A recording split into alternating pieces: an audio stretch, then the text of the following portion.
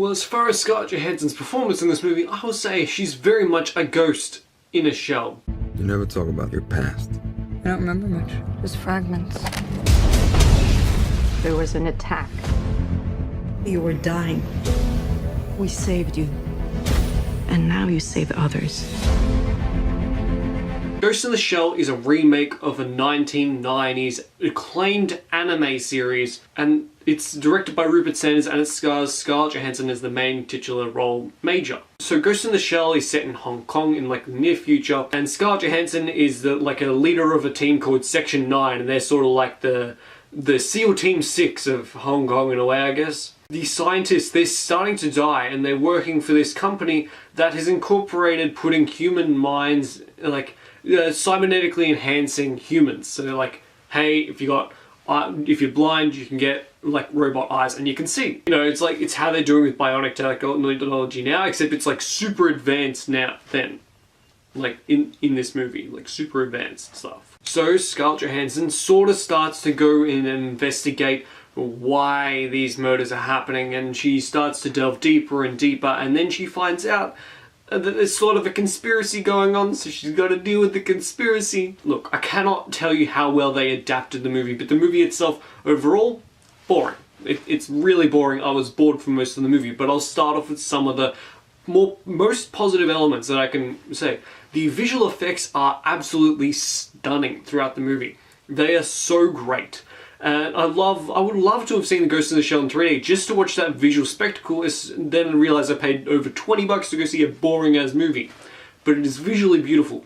And the choreography for action scenes, they're actually pretty good. I do love the one, like this opening action scene. I thought, because it was a clip they released online, that was the scene that got me really into the movie at first, and then I sort of lost interest very quickly. The cinematography as well is also beautiful. I love how well the movie like looks, and how like it uses CGI and characters and moving, and it's just beautiful to look at. For the most part of the movie, all the technical aspects of Ghost in the Shell work really well together, and that is something that I think this happens well. Some of the performances are also great. There's like this department leader of Section 9. I don't know what his name is, but he's like, his name's Beat something, and he's great. I liked him. I like this guy that played like a right-hand man to Scarlett Johansson. That guy, I really liked his performance. But everyone else's performance I really wasn't a fan of. The scientists weren't that interesting as characters, and their performances seemed really clunky, and there didn't seem to be chemistry amongst almost anyone throughout the movie. The bad guy's performance comes off as really stuttering and nothing more than like a cliche 90s hacker. And the bad guy of the movie, he is like a twirling mustache guy, I guess. Scarlett Johansson as Mage, I almost forgot to talk about her. At times, she's good. For the most part, she's lost all her charisma and interest that makes me interested in the movie, and she just comes off as boring. Like, when they say, oh, Ghost in the Shell, I'm not kidding. She looks dead on the inside when she performs, like, here. Not until the end, when you get some sort of character motivation or character moments for Scarlett Johansson, are you really like able to sort of relate with her in a way. Otherwise you're just stuck with like this robot that's trying to uncover a conspiracy. And that leads me to this problem of the story. The story is so boring and bland, and it's how it's influenced. The original has influenced so many movies that have come out in between the original Ghost in the Shell and the remake that's come out, that the remake feels like it's just retreading a bunch of stuff we already know as cliches and tropes in Hollywood. I don't know why, but it didn't feel like we needed a Ghost in the Shell remake. And there's like zero character development for anyone. Scarlett Johansson at the minimum. The right-hand man? Not really. He feeds dogs in one scene, and that's about the extent you get. No one else is even hinted at. Maybe the hacker a little bit.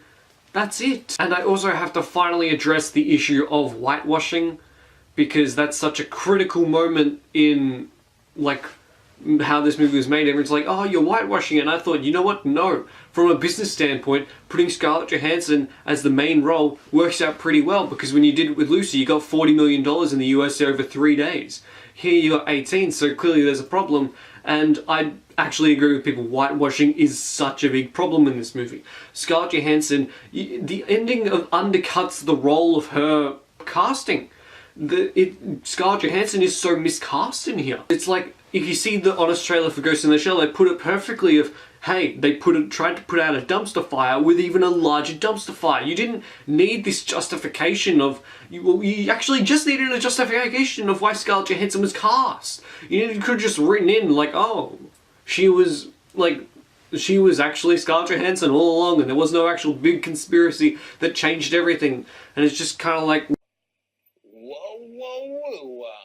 Ghost in the Shell is a boring movie that I'm glad doesn't go for longer than 2 hours, but if it's boring, it's boring. I mean, I don't care how visually beautiful it is. So I can probably just set that as a wallpaper. I will say that Ghost in the Shell, don't want to touch it with a long pole. Have you seen the Ghost in the Shell? What did you think of it? What's your favorite adaptation from an anime movie to a Western movie? Let me know in the comments down below. Like the video if you enjoyed it, and subscribe to become one of the Platypus. I'll see you guys next time. Bye. Oh wow, you made it to the end of the video. Good job. Click that subscribe button over there for more good content, or click one of these 2 videos down below, which is probably one of my most recent ones, probably. I mean, you know, just click either one of them. Either one's really good enough.